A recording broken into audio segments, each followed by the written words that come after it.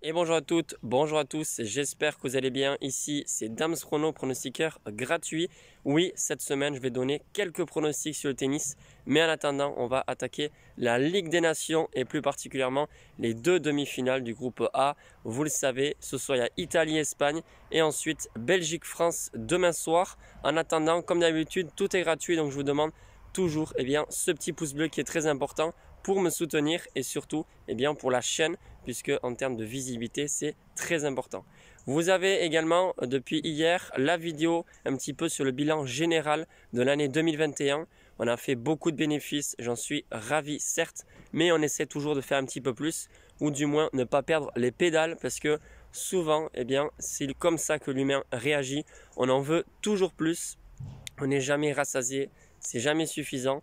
Mais le plus important quand même, c'est de ne pas devenir fou, addict, etc. avec ces paris sportifs. Alors faites attention et faites attention aussi aux mises que vous pouvez apporter par rapport à vos paris sportifs. Comme d'habitude, je ne conseille pas de faire des combinés. Je sais que ce week-end, il n'y a pas les matchs de championnat. Ce sera les qualifications pour la Coupe du Monde de football.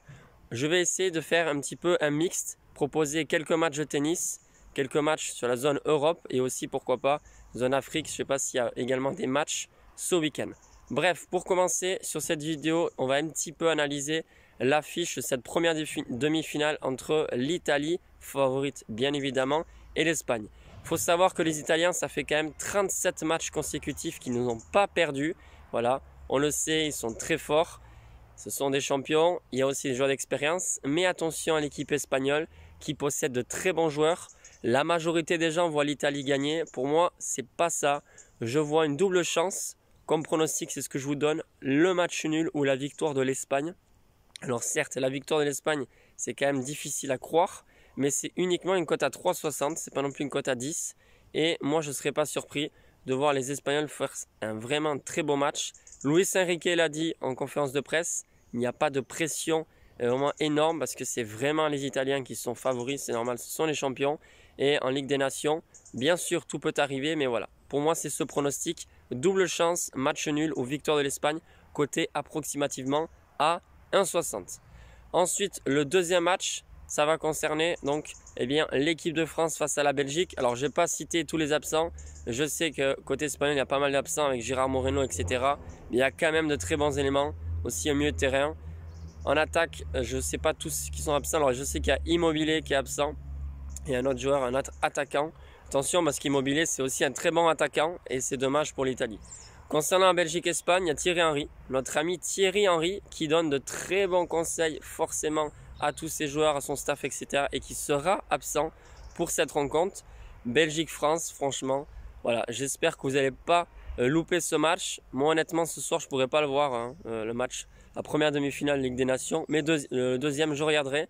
Belgique-France, c'est quand même bizarre. J'ai l'impression que les Belges ont toujours la poisse avec l'équipe de France.